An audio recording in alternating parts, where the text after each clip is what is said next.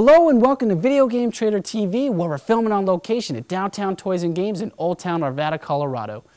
On today's exciting episode, we bring you part 2 of our in-depth look at the blood-sucking Castlevania series. Plus, we jump around like little kids in trampoline terror for the Sega Genesis, and we go all out with Street Fighter 4 in our feature segment. All this and more right here on Video Game Trader TV. Hadouken!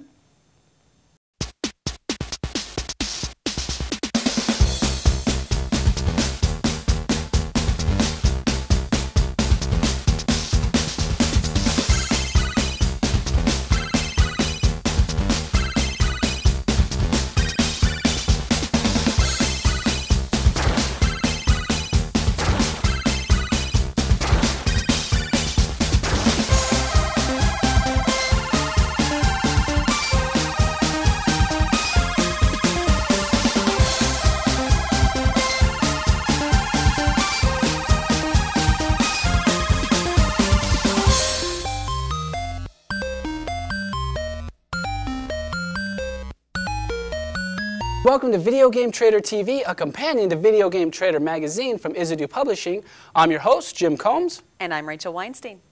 Now, we cannot cram all the gaming goodness into episode 1, so let's start the show off by sinking our fangs into some video game history with part 2 of the in-depth look at Castlevania.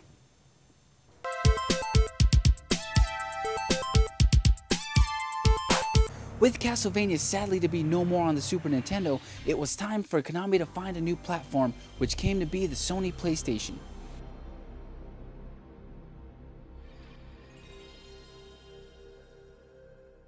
Castlevania Symphony of the Night, released in 1997, is one of the most acclaimed titles in the series and is led by a brilliant team.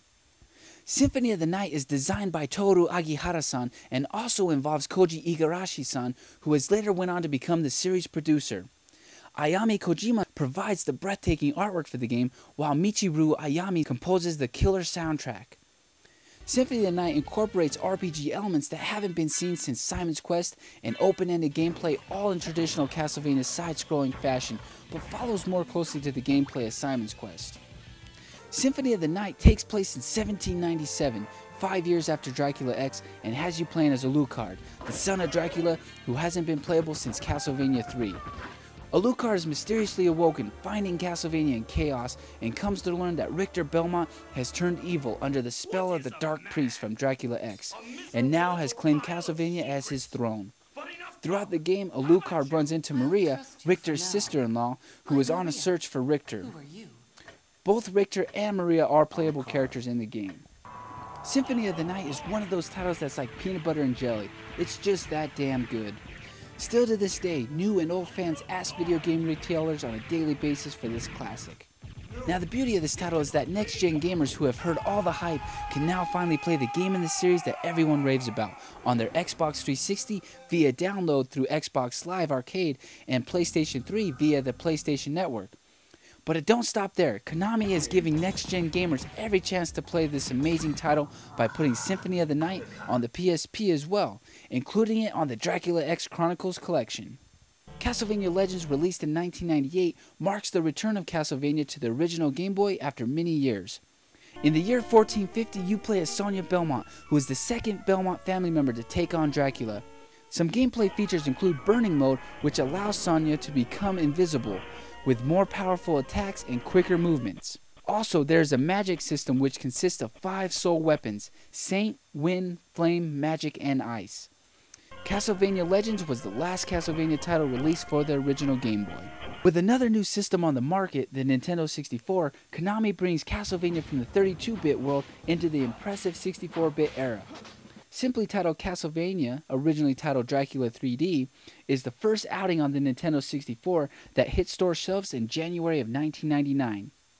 Castlevania 64 is the first game in the series to go full-on 3D, leaving behind the traditional side-scrolling gameplay. Some fans were receptive of this, especially when they got their hands on a demo at the 1998 Tokyo Game Show, while others still preferred the side-scrolling gameplay. Either way, the game received rave reviews at launch, getting several 9 out of 10s and 4 out of 5 ratings. Reawakening from his slumber in 1852, Dracula was hunted down once again, this time by 2 new heroes, Carrie Fernandez and Reinhard Schneider. Depending on how long it took gamers to beat the game, they either received the good or bad ending, which gave Castlevania 64 some replay value.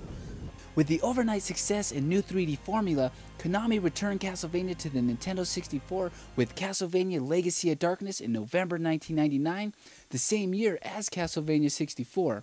Fans with a bloodthirst got 2 outings that year. Legacy of Darkness is more of a side story in the series and does not relate to either Belmont or Morris families. Legacy has you playing as Cornell, a man who can transform into a werewolf, which is not seen too often in the series as far as playable characters go. In 1844, Cornell must stop the evil beings at all costs from using his adopted sister, Ada, to resurrect Dracula. Legacy of Darkness is more of an expansion to Castlevania 64, since from the start Konami wanted to play with the 3D world of Castlevania, so they decided to make this a 2-part series for the Nintendo 64.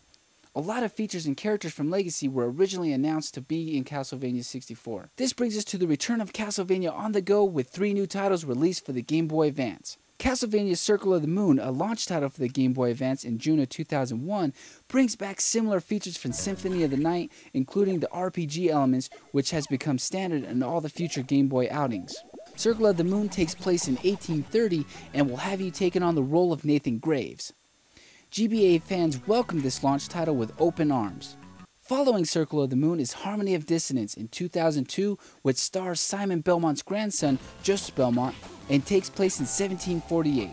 For the first time in the series' history, Castlevania makes a leap forward in time with Castlevania Aria of Sorrow taking place in the year 2035 and has you playing as Soma Cruz, a high school student who is given special powers after Dracula's death.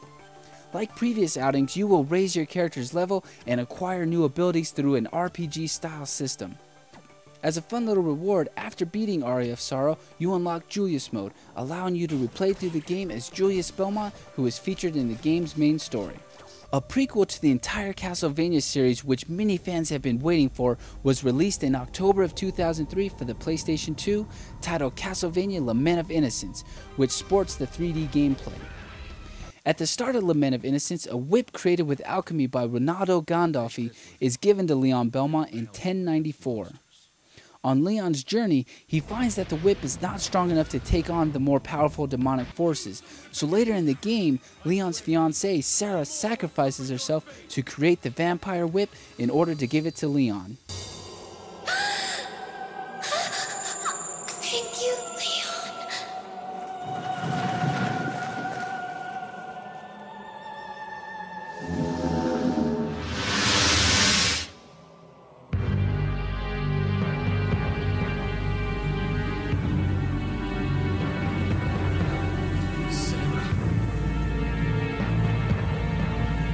The new whip has the power to take down the vampire clan and has been passed down from generation to generation. This whip has killed many a vampire. The sequel to Aria of Sorrow came in the form of Castlevania Dawn of Sorrow for the Nintendo DS in 2005. Dawn of Sorrow was highly anticipated, selling more than 15,000 copies in its first week of launch in Japan. Dawn of Sorrow takes place in 2036, a year after its precursor. Enjoying some well-deserved R&R, Soma is brought back to take down some baddies once again. Players use the DS touchscreen to manage their inventory, as well as to cast spells to defeat bosses by connecting the dots on the screen to unleash the spell.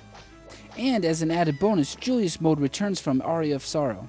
Once again returning to 3D gameplay, Castlevania Curse of Darkness is launched for the PS2 and Xbox in 2005. Curse of Darkness incorporates mechanics from both Symphony of the Night and Aria of Sorrow, blended with the 3D gameplay. Curse of Darkness is a sequel to Castlevania 3, which technically makes this the 4th game in the series and is set in 1479, 3 years after Castlevania 3. You play the game as Hector, who has betrayed Dracula and longs for a normal life. However, once beaten, you unlock Trevor mode to go back through the game and play as Trevor Belmont. Portrait of Ruin takes place in 1944 during World War II. Portrait of Ruin features for the first time online capabilities, which allows you to play cooperative time attack modes online via Wi-Fi. Now don't put away your vampire killer whip just yet, there is still more vampire slaying to be had. October 2008 marks the launch of Castlevania Order of Ecclesia for the Nintendo DS. Nintendo Wii and series fans have something exciting to look forward to, the first one-on-one fighting game in the series history, Castlevania Judgment, due out in November of 2008. The game will feature Simon Belmont, Dracula, Alucard, and Trevor Belmont among many other favorites and hidden characters, duking it out with the Wiimote controller scheme. Sadly, 2 titles never saw the light of day in the series, Castlevania 32X for the Sega 32X and Castlevania Resurrection for the Sega Dreamcast.